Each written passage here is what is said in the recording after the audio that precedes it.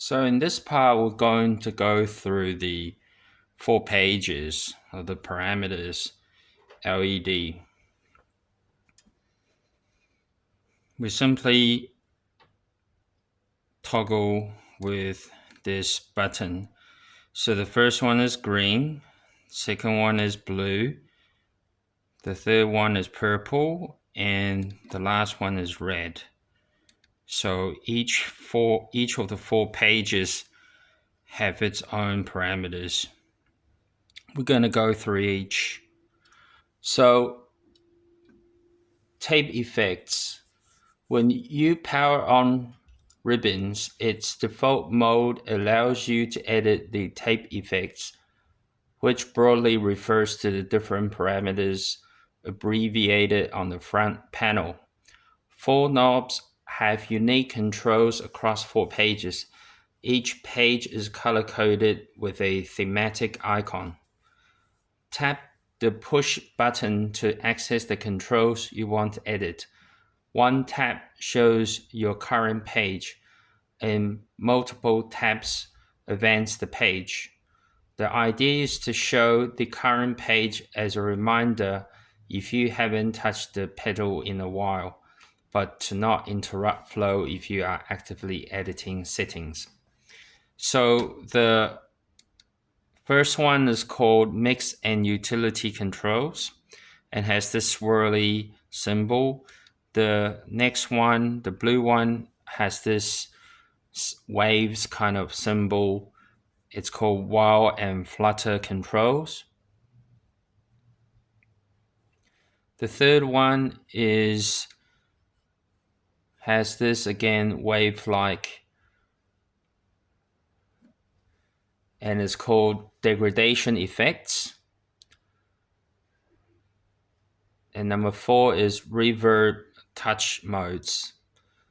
The spiral page has a dedicated mix knob, high and low pass filters and compression. The second one is a pair of sine waves representing slow and fast oscillation, while and flutter. The third one is a degraded noisy signal for more asynchronous and unpredictable effects. And the fourth one is a hand representing touch. This last page includes controls for the reverb as well as the different touch modes. Visual feedback. When you switch pages, the LED beneath the icon indicates which page you are on, such as this. Then all 4 LEDs settle to show you the real-time parameter values for that page. All right, so when you toggle, and then the 4 LED comes up. So if it's green, so you see these dashed lines. These dashed lines are indicating which knob it is assigned to. All right, and there are letterings, the 2 letterings per knob, and there's 4. So altogether there are 16 different functions here per knob. All right, and so if you turn it all the way to the left, it's going to go into the default green color. If you turn all the way to the right, it's going to show its intensity by the brighter the color, to the point when you are all the way to the maximum, it simply turns white, such as this one. So if I now turn everything to the left, it's going to go back to where it should be, a dim color, green color, because we're currently on the first page. And so if we turn any one of these knobs to maximum, it's simply going to indicate the coloration to its intensity, to its maximum intensity, which is white. All right, so right now I'm just going to put all of them into the middle. So that's your visual feedback. Dotted lines illustrate how each knob connects with an LED. As you turn a knob clockwise, the color intensity changes from its base color to glowing white, with some white introduced at 12 noon. The LEDs are a visual guide. By not only listening but also monitoring the intensity of the LEDs, you can easily track your settings. The bypass LED is normally solid green, but if your signal gets too loud, it will flicker. All right, so would be this one. So when you actually play a track, if the signal is too hot, this will flicker. If it's so hot that it will begin to go red flickering.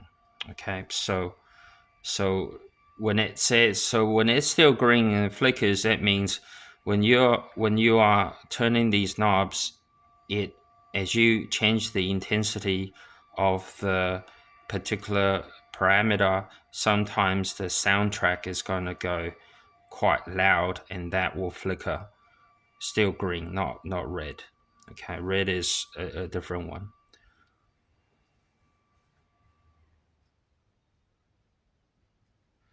Relative knobs. When you switch pages, the physical position of a knob and its parameter may be momentarily misaligned. When this occurs, the control responds in a relative way, meaning that the knob will attenuate or increase the parameter based on the actual amount of space that's available. Once they match up, the knob starts tracking again as you'd expect. This sounds complicated, but it's really simple, and you'll get a feel for it by watching the LEDs.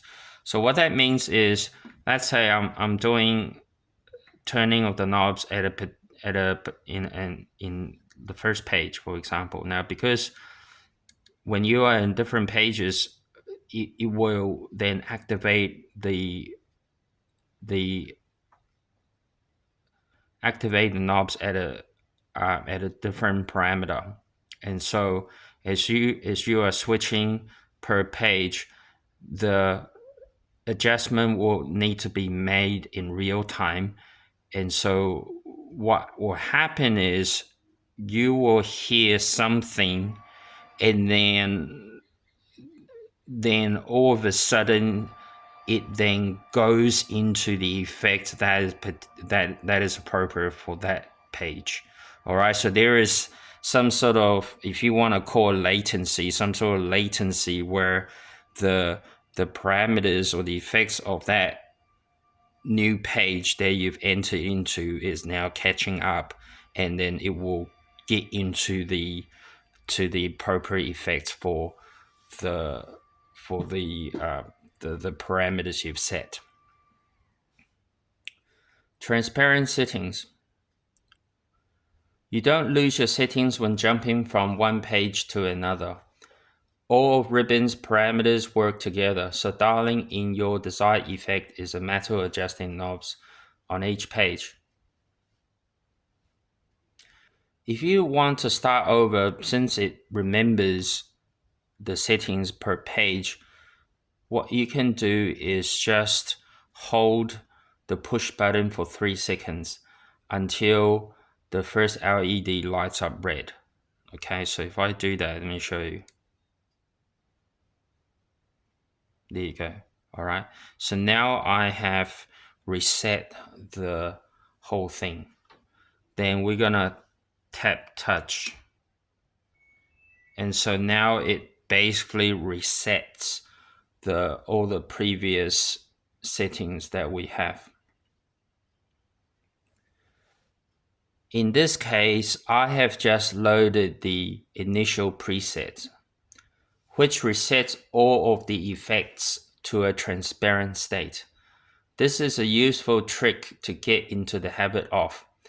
Powering off and on won't help, since Ribbons remembers your last used settings between power cycles. All right, so like I said, it like what the manual says, if you are just playing around with your settings page by page, and let's say you want to go, no, I want to start over again, you simply press this push button for 3 seconds until the first LED lights up, and then you're good to go. All right. So before I reset it, the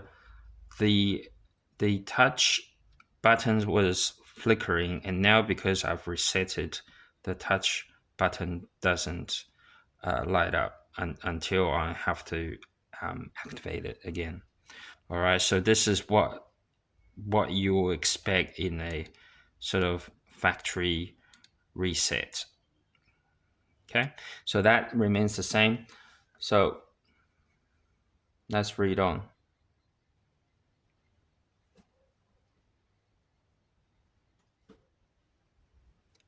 In the next video, I'm going to show you what the parameters are from page 1 to page 4.